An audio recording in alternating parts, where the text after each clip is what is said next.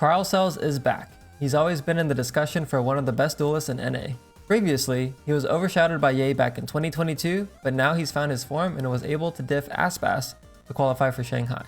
So what happened to make Cryocells so good? You'll be surprised to hear it's very simple. So if you've ever seen Cryocells play, you'll notice that his aim style is very slow and methodical.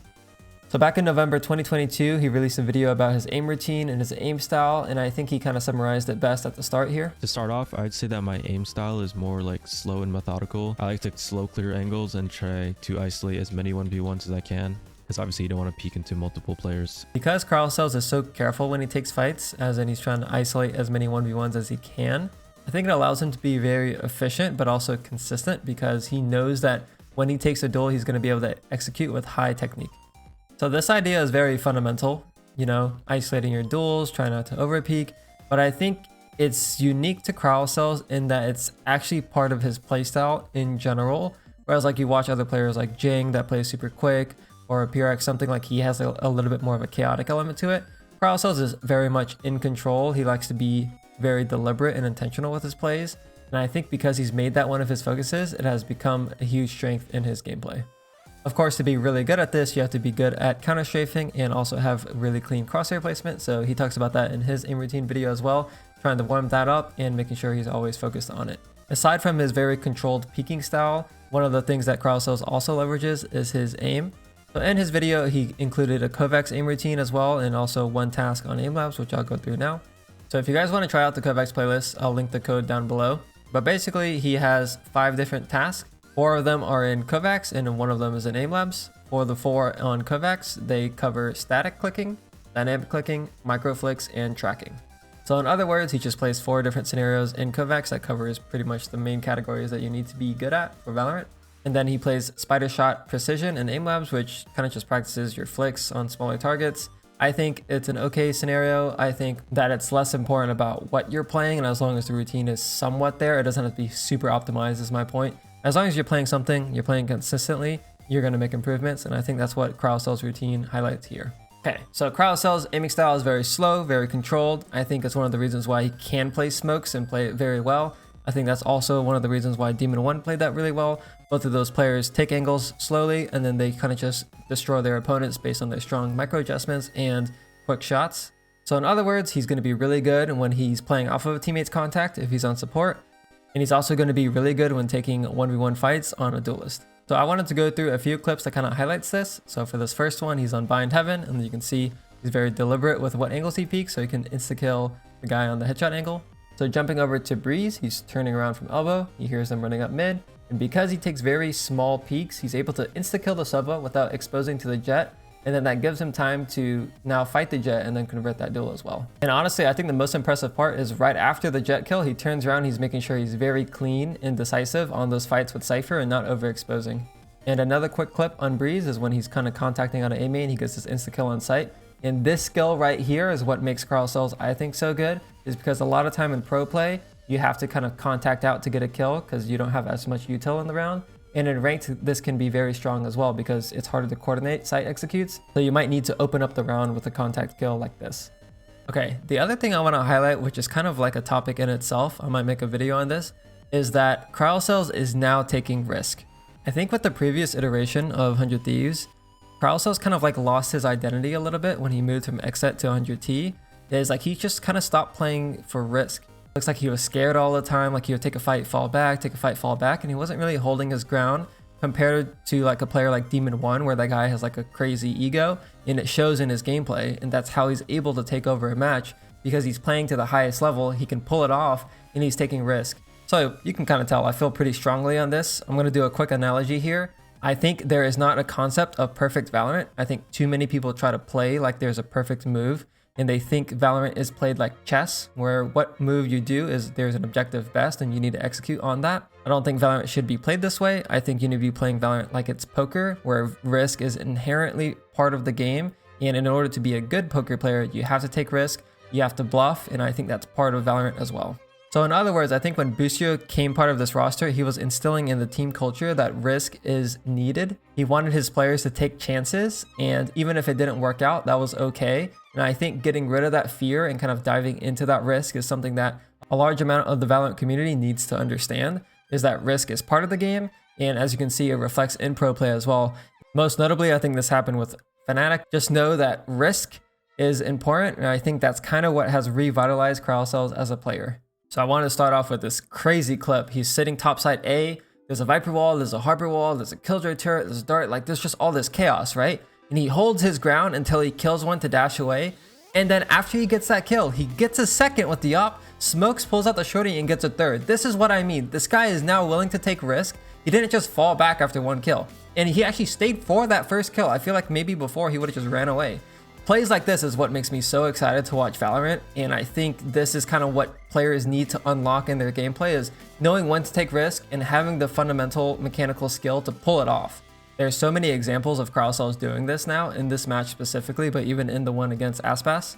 I just wanted to highlight 2 more in Icebox and then we can move on. Here there's a whole Harbor ult during the exec, and Cryocells is confident enough to pop dash, go wide, get a kill. And then after he gets that kill, he makes sure to stay alive backside. You know, he's playing off of his teammates. And then on his second kill, he highlights why his mechanics are so good, because he's so, you know, technique oriented, that he's like taking his time, like doing those small peaks, and then he gets that second kill as well. So what this showcases to me is that, number 1, Cryocells can take risk. Number 2, he has the technique to pull it off. And number 3, he's patient enough and deliberate enough on his technique to be able to be consistent, even with all this chaos going on. Okay, another clip on the Icebox Loud game. He goes wide, he's able to hit the shot on less when he goes for the jump peek, really nice shot. But the thing that is crucial here is that he's taking the risk, he doesn't fall back. He takes the risk to go for the re-peek with the jump peek to get the second kill. And then after that, he goes for another jump peek to, you know, control the space. This is what makes Cryocells so good in 2024. He's not scared, and honestly, this kind of like is highlighted in his stats on his ranked games. But I think even in VCT, his defense half is just really good compared to his attack half. I think that's partially due to his op being so strong, but I think his playstyle in general kind of just favors the defense half. And, you know, there's an argument that you can kind of like play a little bit more self-sufficiently on defense, whereas attack, you have to rely on your teammates' util and stuff like that. But the point is, his op is good. He's willing to take risk. His defense is just so strong. And I think that is what is making Cryocells so impressive. Okay, so another part of taking risk is your early duel conversion. This is super important when you play a duelist, because, you know, it's a high risk, high reward. You open up the round with the first blood, stuff like that, right? So I wanted to show some examples of Cryocells getting some early duels and him converting it, just so you can get an idea of what that looks like. First clip, ranked game, pushes elbow, gets the kill, falls back. Pretty simple. Just wanted to show you it can be simple. Next up, he's playing towards mid. Here's a drone, dodges drone, peeks after, gets the kill, right? It's important that you're dodging util, and it's also important that you're willing to take the duel afterwards.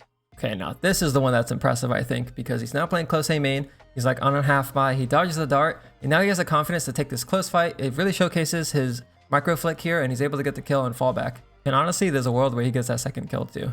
Now you might be thinking, Dopai, these are all ranked clips. Does he do it in pro play? Of course he does. Now he does it against Lev, where he's floating down belt, gets the op kill, dashes back. You know, it's a lot easier to do when you have an op. But honestly, most of the time in matches, you're not going to really see opening kills like this, because both teams are so good that they know that an early duel is happening. So they throw a bunch of util, and it's kind of just like getting around the util is just a lot harder. So most of the time, the first blood in a match kind of comes from like during the execute, or maybe they catch them on a rotate, or it's like a really good reposition. Speaking of repositioning, that segues into the next point. I think repositioning is super important, and Cryocells does that extremely well. Okay, so back to the Loud Icebox game. I mean, just take a look at this round. He walks down tube, he gets posted up from his teammates with the Gecko Flash, whatever. Gets the shot, doesn't get the kill. Instantly repositions back to under tube.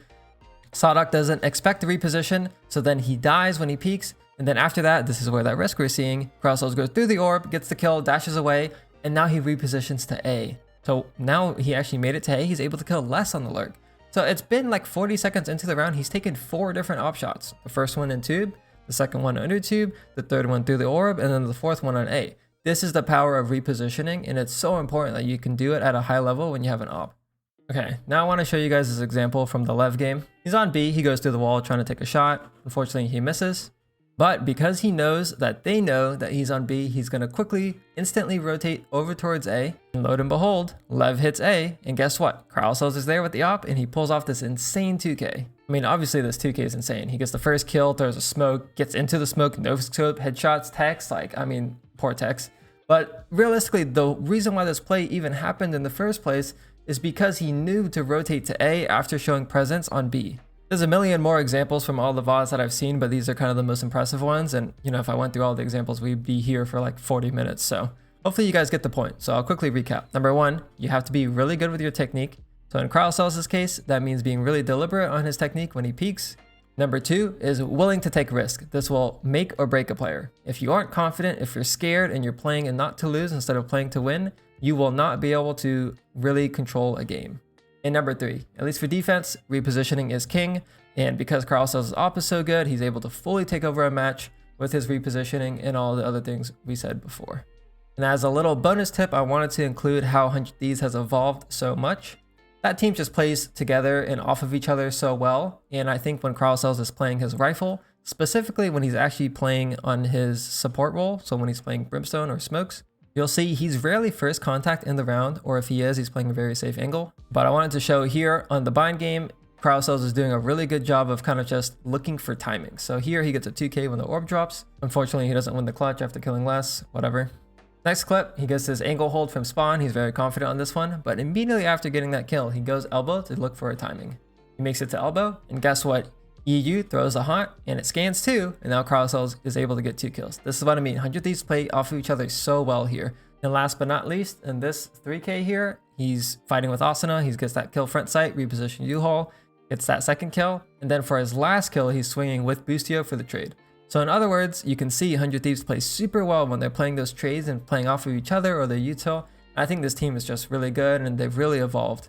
So time to wrap up the video. Hopefully if you guys liked it so far. It has really taken me a long time to get this video out after the Aspas one. So I appreciate you guys waiting. If you want to see more content like this, or if you have another pro you want me to review, put it in the comments. But more importantly, if you haven't seen the Aspas video, go ahead and check that one out. Cryo and Aspas are both insane players, but there's a lot to learn for both of them, so it'll be good to expand your knowledge by watching this video here.